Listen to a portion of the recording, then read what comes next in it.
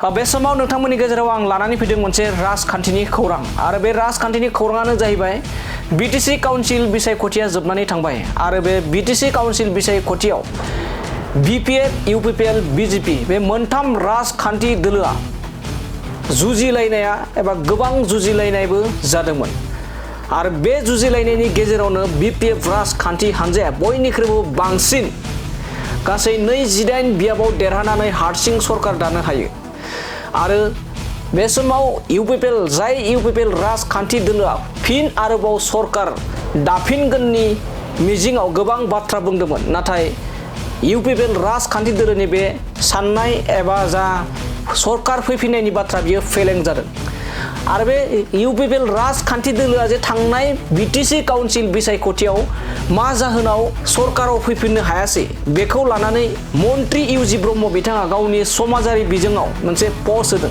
आरो बे पस्ट होनायाव इउजि ब्रह्म बिथाङा इउपिपिएल राजखान्थि हान्जाया जे थांनाय बिसायख'थियाव जेनबाय बेखौ गनायनानै लादों आरो बे गनायना लानायनि गेजेरजों मा जाहोनाव इउपिपिएल राजखान्थि दोलोआ फिन आरोबाव सरकाराव फैफिननो हायासै एबा जेननो गोनां जाखो बेखौ ससियेल मिडियानि गेजेरजों बिथाङा रोखा खालामदों। दानिया फैदो बिदिब्ला मन्त्रि इउजि ब्रह्म बिथाङा जे थांनाय काउन्सिल बिसायख'थियाव इउपिपिएल राजखान्थि हान्जाया जेननायनि गुबै जाहोना मा बिथाङा फोरमायदों। जों बिथांनिफ्राय जों माखासे बिथांनि जा साननानै लिरनाय बिथाङा जा गावसोरनि दोलोनि गेजेराव माबोरैहाय जादों एबा मानि थाखाय जेननो गोनां जाखो बेखौ मोनफा मोनफा नोंथांमोननि गेजेराव फोरमायलांनि।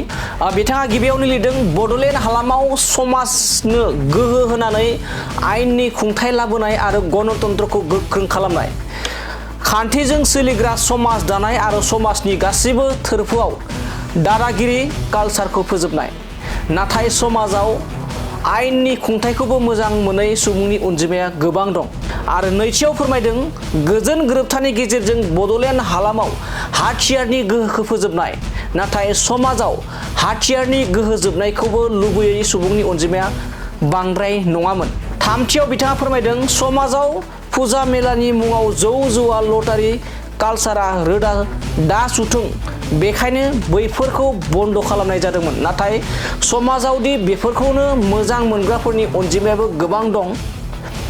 राजखान्थिनि मुङाव बेकार लाइमोनफोरनि केम्प बानाय लाइमोनफोरखौ बुलाय सुलाय खालामनायाव बाहायनाया जोबथों बेनि थाखाय इउपिपिएल राजखान्थि हान्जाया बेकार लाइमोनफोरखौ लानानै केम्प बानायाखैमोन। इउपिपिएल राजखान्थि हान्जाया बेफोरबायदि केम्पखौ बानायाखैमोन। बेखौ नाथाय समाजनि माखासेया लोरबां होनानै लाबाय। हारिमुनि मुङाव गुबुंले हारिमुवा जायगा दालाथों बिनि थाखाय गोबां मेल आरो हारिमुवारि हाबाफारिखौ बन्द खालामनानै मोनसे आब्रुथियाव लाबोनो नाजानाय जादोंमोन होनना बिथाङा फोरमायदों। नाथाय समाजाव बेबायदिखौनो मोजां मोनग्रा सुबुंनि अनजिमायाबो बाङाय नङा। सरकारि धोनखौ खामानि मावा दाङा बखना जानाय कालचारा जोबथों बिनि थाखाय बेबायदि खान्थिखौ बन्द खालामदोंमोन।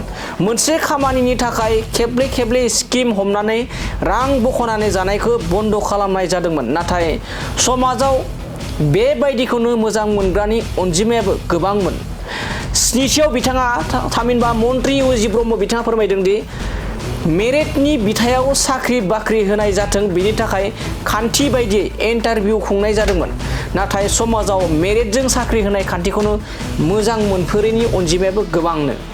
आरो गुथियाव बिथाङा लिरदों गासै मोन 12 पइन्ट बिथाङा फोरमायदों जे थुनलाइनि मान दान्दाया गोजौआव थाथों आरो बुहुमाव गोसारथों बेनि थाखाय थुनलाइ फोरबो खुंदोंमोन। नाथाय थुनलाइ फोरबोनि जाफुंसारनायखौ मोजां मोनैफोरनि अनजिमायाबो गोबां होननानै बेफोरबायदि फोरमायदों। जेराव लिटारेरि फेस्टिभेल गोबां बेफोरबायदि खुंदोंमोन नाथाय बेफोरखौ जाफुंसारनाय एबा बेफोरखौ मोजां मोनै अनजिमायाबो गोबां होननानै बिथाङा फोरमायदों। 10 नम्बराव दङ जोंनि फरायसाफोरनि गेजेराव प्रफेसनेलिज्म दावखोथों, गोजौ खुंथाय खुंगिरि महरै जोंनि गोदान जोलैया जायगा आवग्रिनो हाथों, आइजोफोरनि गेजेरावबो प्रफेसनेलिज्म दावगानानै रांखान्थि बिथिङाव गावनो गाव गसंथानाय जानो हाथों बायदि बायदि। बेफोरबायदि गासै मोन 12 पइन्ट लानानै बिथाङा इउपिपिएल राजखान्थि हान्जानि जेननायनि गुबै बाथ्राफोरखौ बिथां मन्त्रि इउजि ब्रह्म बिथाङा फोरमायदों आरो बेफोरबायदिनो बिथाङा ससियेल मिडियायावहा एबा समाजारि बिजोङाव गावनि ससियेल साइटनि गेजेरजों मोनसे पस्ट होदों। बे पस्टआव बेफोरबायदि गोबां मानि आरोबाव बिनि अनगायैबो गोबां बिथाङा बाथ्रा फोरमायदों। थारैनो बे समाव इउपिपिएल राजखान्थि हान्जाया मा जाहोनाव जेनदोंमोन बेफोरखौ लानानै बिथाङा गुवारै फोरमायदों। थामहिनबा बे समाव नोंथांमोना मिथिगौदि थांनाय 5 बोसोराव प्रमद बर'नि इउपिपिएल सरकारा थुनलाइनि बिथिंखौ, सोलोंथाइनि बिथिंखौ, गेलेनाय बिथिंखौ जेरै लाइमोनफोरा जौ जुवानिफ्राय जानगाराव थाथों होननानै गोबां गेलेनाय हाबाफारि लादोंमोन। जेरै थुनलाइनि बिथिङाबो जौगाथों होननानै गोबां थुनलाइनि फोरबो फालिनाय जादोंमोन। हारिमु बिथिङाबो जाहाथे मुलुगावनो गोसारो बेफोरखौबो गोबां लादोंमोन। नाथाय बेफोरखौ मोजां मोनै सुबुङा बांसिन दं। बेखौनो बुंनो थांदों मन्त्रि इउजि ब्रह्म बिथाङा।